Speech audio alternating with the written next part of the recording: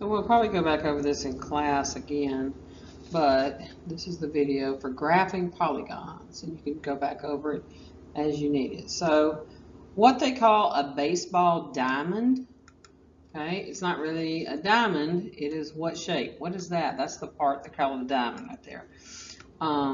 That's a square, okay? It's got right angles, 4 matching sides, all the lengths from base to base is the same. So Josh and his dad are making a baseball diamond, and they want to use their shed as second base, and first and third base has some trees, and they wanted to figure out where to put home plate.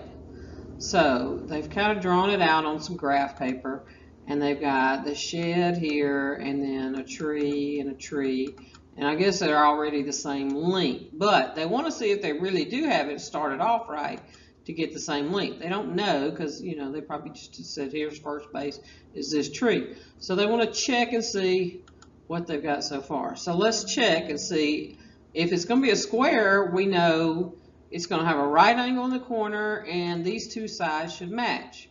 So how can we tell what we're looking at? We got to do the rise and the run. Oh yeah, that stuff again. So 1, 2, 3, 4, 5, 6, 7, 8, 9, 10. 10 going up, and 1, 2, 3, 4 going across.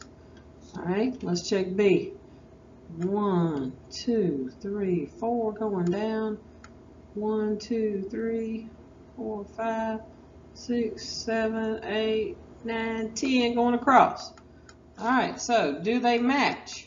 Yeah, you don't even have to do Pythagorean theorem. You could, but you already see they got the same numbers. If you did Pythagorean theorem, they'd work out the same. Now, how do you tell if that's really a right angle right here at B? You're going to have to think about their slopes. When slopes match, they're parallel, but when they are opposite slopes, remember how we did opposite? All right, first let's think about AB. Is that positive or negative? Going up, that's positive. How much is it going rising? 10. How much is it running? 4. All right, and we could reduce it, but it's not necessary just to compare to the other one. All right, let's look at the other one. The other one's negative, going downhill from B to C, and then it's going down. What's the rise? 4, and the running is 10. So to be perpendicular, you've got to flip the fraction, rise and run have to flip, and change the sign. So they did both, and it did both, so that means yes, they do have a right angle on this corner. So they're off to a good start. Well, we got to figure out where to put the other one. Where are they going to put home plate? If that's first, second, third, where's home plate going to be? Somewhere in this region. Well, it's going to match the other two. It's going to have to be, if it's going to be a square, this whole thing's going to be a square, we need another rise and run that matches it.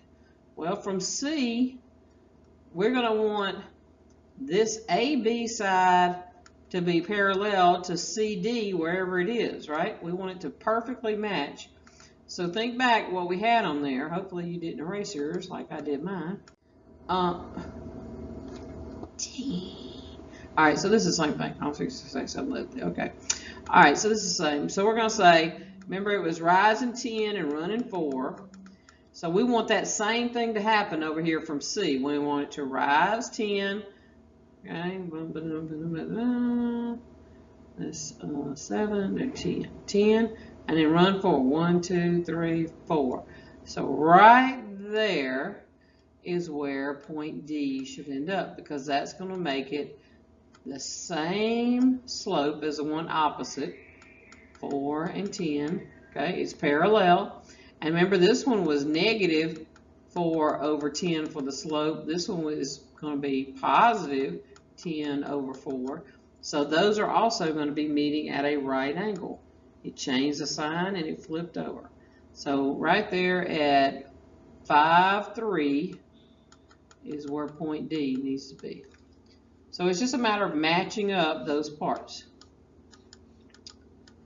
And so there it is. Okay. All right. So when you plot this quadrilateral, I don't know what it's asking. Plot it. Determine, a quadrilateral. See if it's going to be a trapezoid, a rhombus, a rectangle, a square, or none of these. If it's a trapezoid, what's it going to have? Remember all the features we've been going over? One set of parallels. Just one. Rhombus is going to have 4 equal sides, but no parallels. A rectangle is going to have 4 right angles, but not equal sides. Opposite sides can match, but not all 4. And a square is going to have right angles and every side matching. Or then it could be some weird quadrilateral, boom, boom, I don't know, 4 sides, something crazy like that.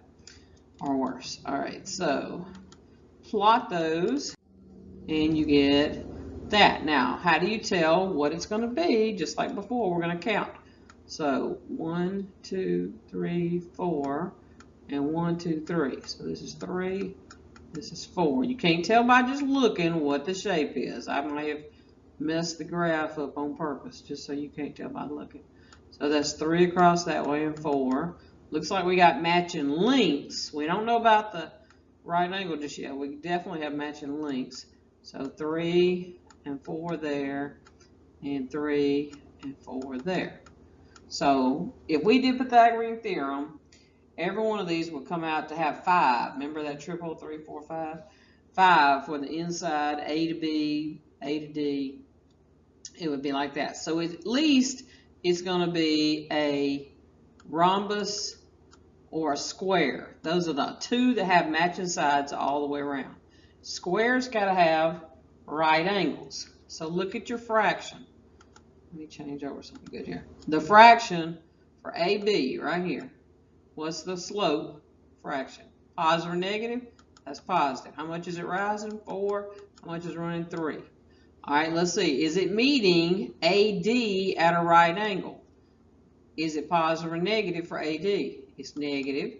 All right, downhill. And then it's rising. What's the rise? 4 over 3. Does that make a right angle? No. You changed the sign, but did you flip it? Remember, you got to do both. So if you didn't do both, it's not a right angle. So if it's not a right angle, it can't be a square. It's a rhombus. So just those kind of thoughts about these going into it.